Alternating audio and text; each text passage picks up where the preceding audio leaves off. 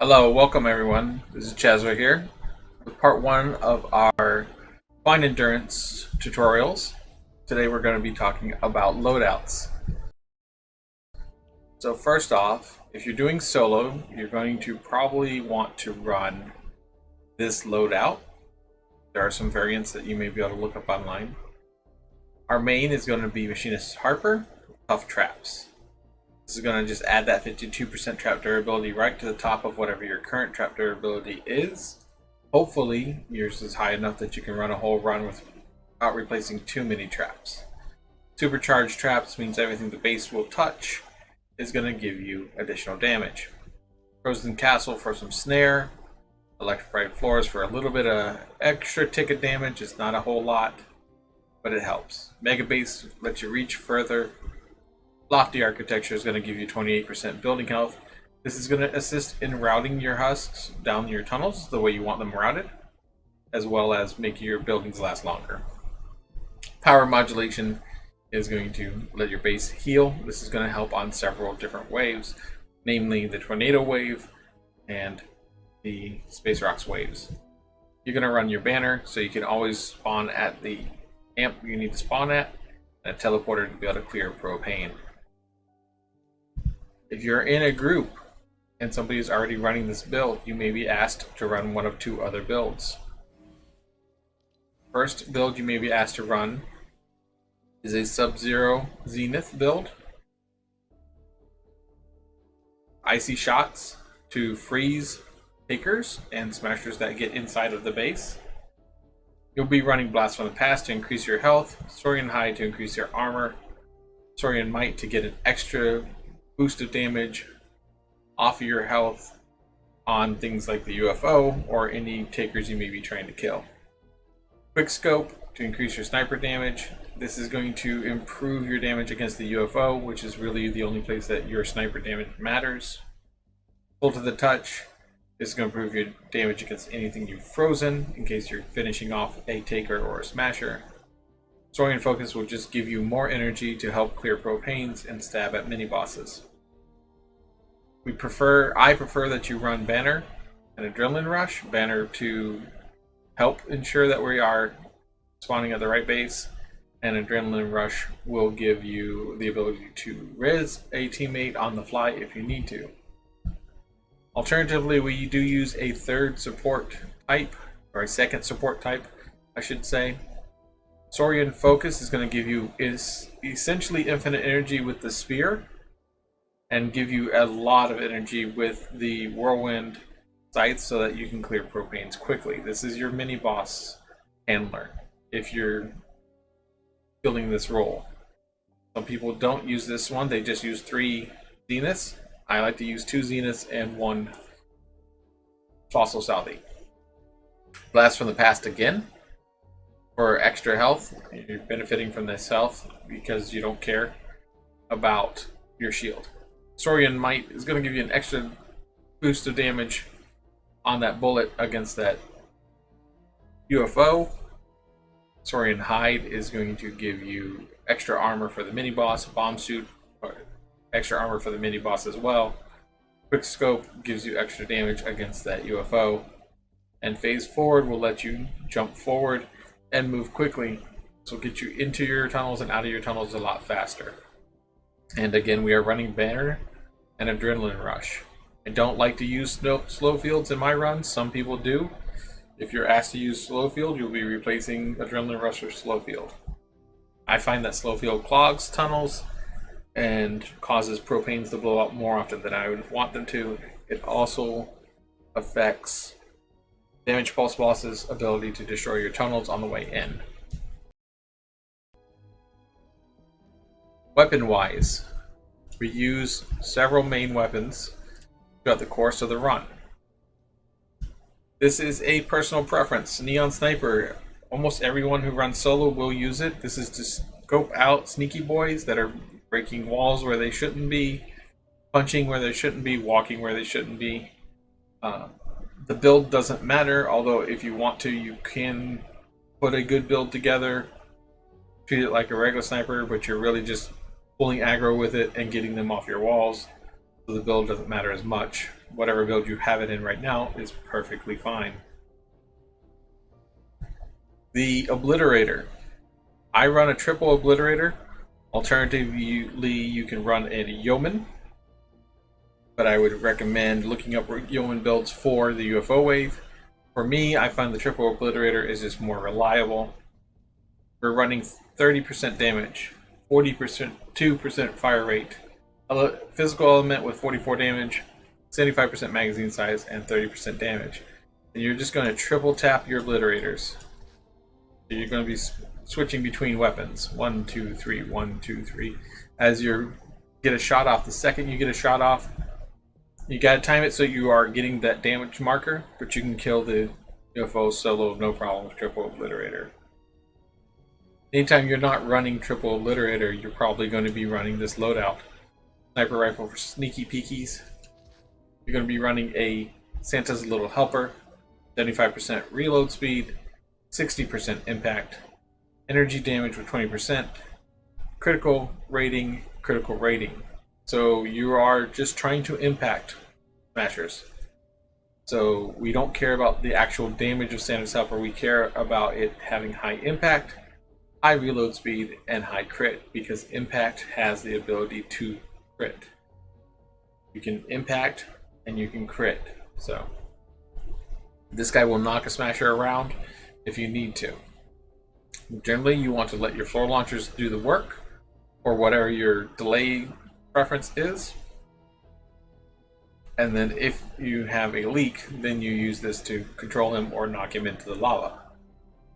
On the melee side of things, you're going to be running a Sir Lancelot. So on a mini boss wave, you're going to swap this to your Sir Lancelot. You're going to not use rockets on the same wave you're using Sir Lancelot. Sir Lancelot, the only things that matter: 120 attack energy efficiency twice. 2 120 attack energy efficiencies.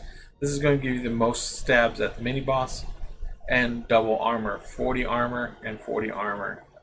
The damage doesn't matter, so I didn't even level mine up. The armors is going to let you stand in the lava pool that the mini boss can make, and it's going to let you resist most damages except for late game acid pools. You might be able to take a hit in late game massive acid pools, but not likely. You're probably going to be one shot in late game. The third loadout is almost always going to stay as the Baron with triple run speed. This is going to give you the fastest movement throughout your mission. It is possible that if you don't have a Baron, that's okay. Anything with double run speed, 6 feet under, or a Spectral Blade would both be acceptable options. If you don't have the Baron with triple run speed, I would suggest Spectral Blade as your alternative, because you'll get double run speed and you'll get the right click for the dash. Trap wise, I run triple damage. It is not popular, but it is what I ran. So you can also run one of each: 1 damage, 1 crit rating, 1 reload, 1 durability. Floor launchers, 5x impact and durability. Tar pit, all durability. With all durability on your tar pit, you end up with 74 uses, plus your trap durability bonuses can get it up to over 100 uses. Your wall launcher, almost every single wall launcher in my base, with the exception of maybe 1 or 2 that were donated, is triple impact, double reload. My base was built to have the minimum number of traps needed by players. Floor spikes, also durability, triple impact, double reload, durability. Floor spikes, your roll doesn't matter, you're just slowing dudes down with it. So there it is. Any blue floor spike, any orange floor spike, high enough level that you have the materials to build a ton of them, because you're going to use a ton of them. And 2 more things that we use during a run, or not during a run specifically, but during a build. 3 more things we use during a build. we have a wall dart. Physical damage on this wall dart. This is a standard array. 1 damage, 1 crit damage, 1 crit rating, 1 reload speed, 1 durability. So when you hear standard array, this is what we are talking about. This is a standard array. So you can use a standard array ceiling gas trap. I prefer the reliable triple damage. Wall lights. There are just a few wall lights in specific places in the base. You'll see them during the rest of the tutorial videos. Triple impact, double reload, durability.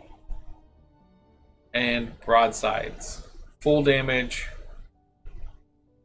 physical, full damage, reload speed, and heals buildings. These have a lot of uses. You're not going to run out of uses. Healing the buildings, you might change this to building health. And I actually might suggest doing that to the point that I probably should do that now. Oh, I can't build. I had to do that in the thing. Never mind. So yeah, I would say that healing has worked out, but I would say that building health might work better. It'll prevent smashing through walls.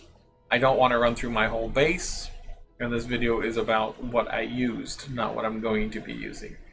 So when I rebuild my funnels, I will likely be rebuilding with building health. Keep that in mind. You're also going to want to have enough materials to build around 6 rocket launchers in case everything goes south and you need to react and you need to spam rockets. You're going to want to have enough materials in stock for your run for around 6 rocket launchers. You're going to want to have around 25 to 30 wall launchers depending on your durability. You're going to want to have 10 to 20 tar pits, 10 to 20 floor launchers, all depending on your durability and your luck on the tornado wave and whether or not the space rocks come in a pattern that you didn't expect, I guess. I always keep basically 25 of each. I do build my wall darts, my broadsides on the fly. It is quick to mass build in game, so it's not a big deal. You're going to also want to start a run with 5k of each material in stock and some in the bank just in case you overbuild. First couple waves you're going to be building back with wood. After that you'll build back with stone, and then you'll save as much of your metal for the last 5 waves as you can. So hopefully this is helpful. We will pick this back up in my home base. Okay guys, here we are at home base.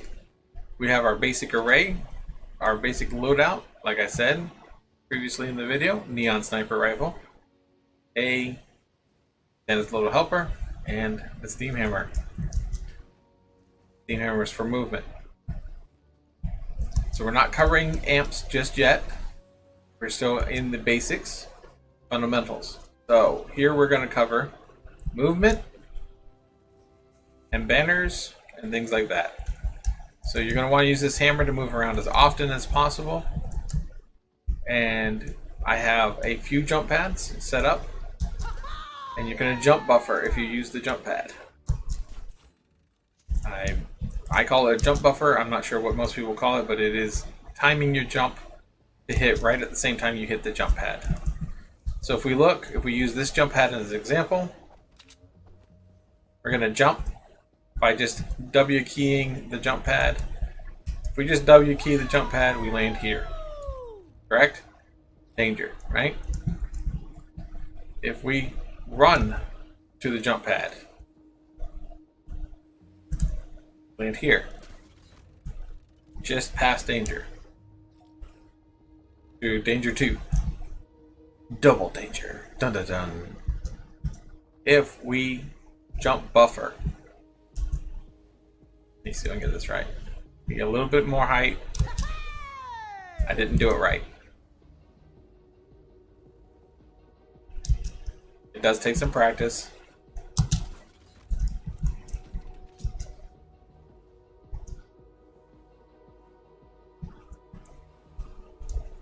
If we jump buffer, we land here. Right? That's a significant difference. That's a much more significant difference based on your speed. So if we have our run speed hammer, and we just W key the run speed hammer, we're going to land at the second danger. If we sprint, we're going to land at the edge of this ramp. But if we jump buffer,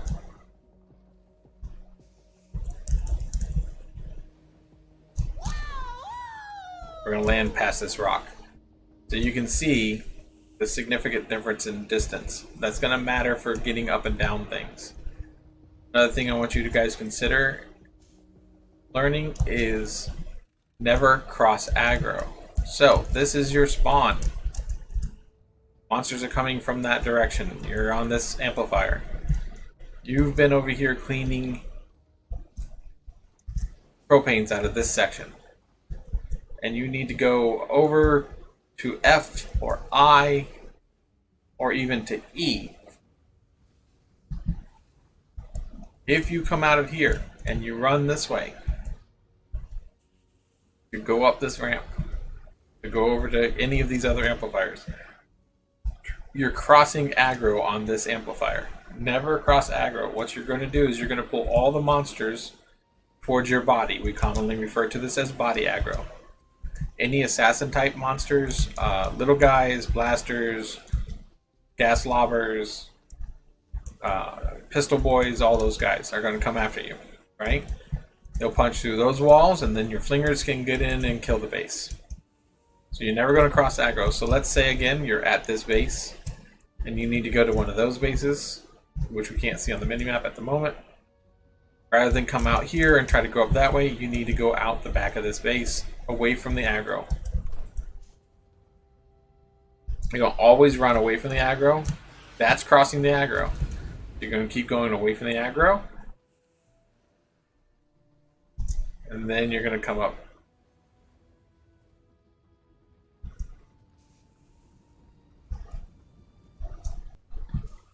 Whenever possible, you're going to move through the center of the base.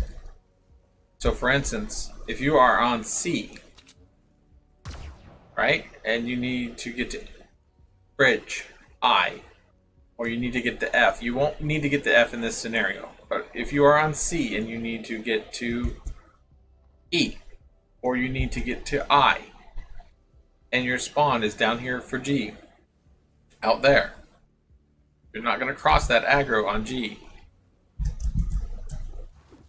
because you're going to pull the bodies. You're going to body aggro monsters to you. You're never going to leave C while G is an active spawn and go this way. This is causing trouble. You're going to cause trouble in your funnels by going this way. You're going to pull them towards you, and then you're going to pull them towards you on the other side. And then when you get over here to bridge, you're going to have pulled all of them over, and they're going to be breaking through tunnels. So instead of doing that, what you would do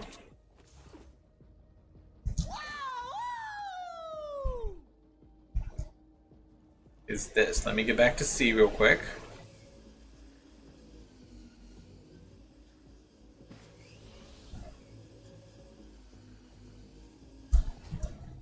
This is assuming you're not solo and you're cleaning propane or something to that effect.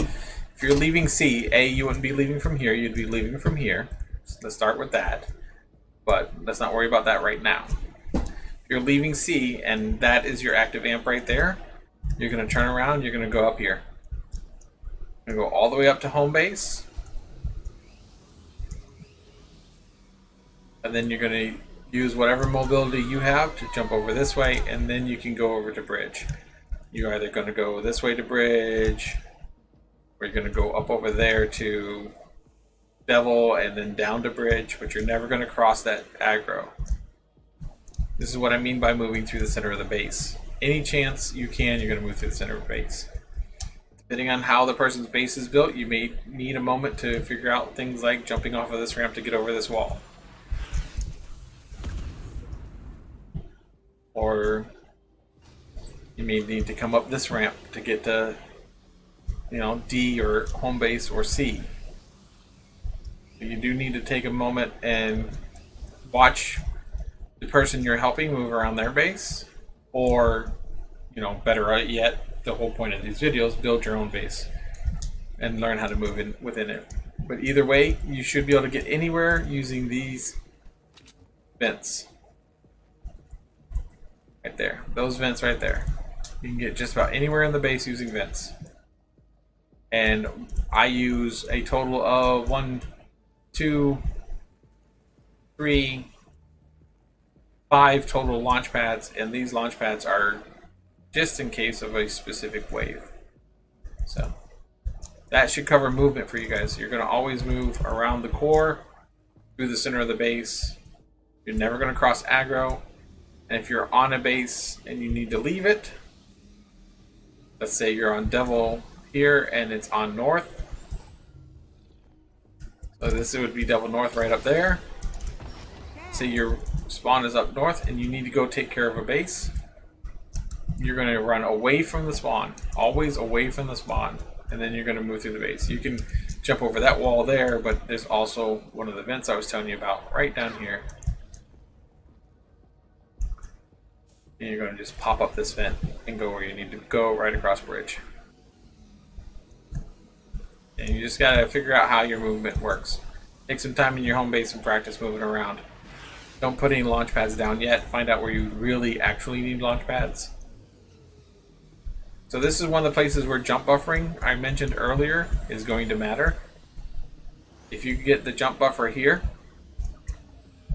on your hoverboard, you'll land here and you can go right up to home base or Devil. Your choice. But if you don't get the jump buffer, I'll show you what happens.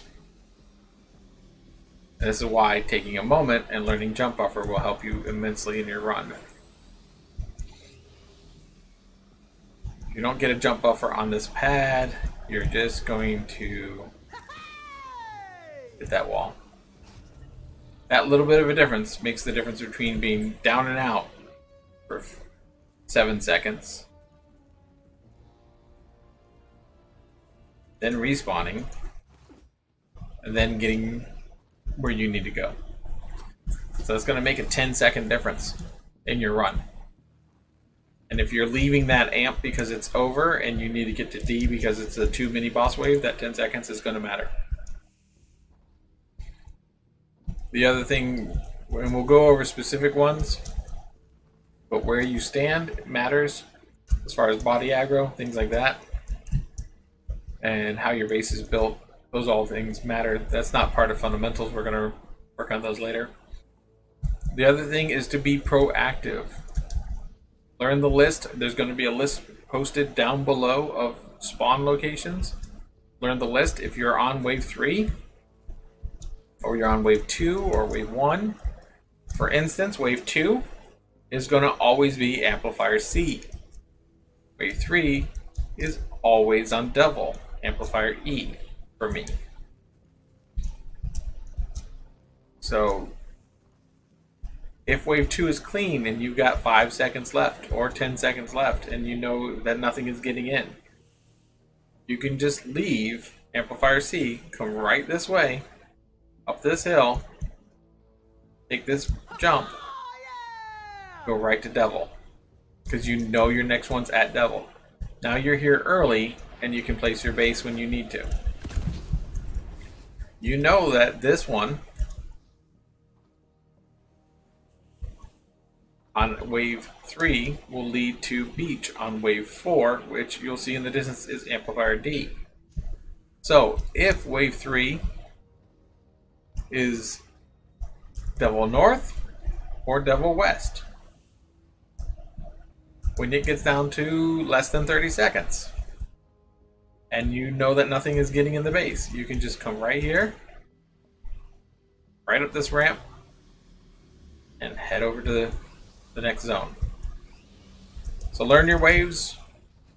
Learn to move through the center of your base whenever possible, even if you just have to skirt the caldera here. And place jump pads where you absolutely need them, but don't put them unless you need them because you want to save building spaces for tunnels. This should cover the fundamentals of running Twine Endurance, and any other details will be covered in future videos. Hopefully this helps you guys get started, get your builds ready, get your weapons ready to run your Twine Endurance solo runs if that's what you're interested in, or give you some vital information to be ready to be helpful in group runs. Thank you guys. Come follow me on Twitch. We do this live every night, or almost every night I should say. And we'll see you again soon for the next video.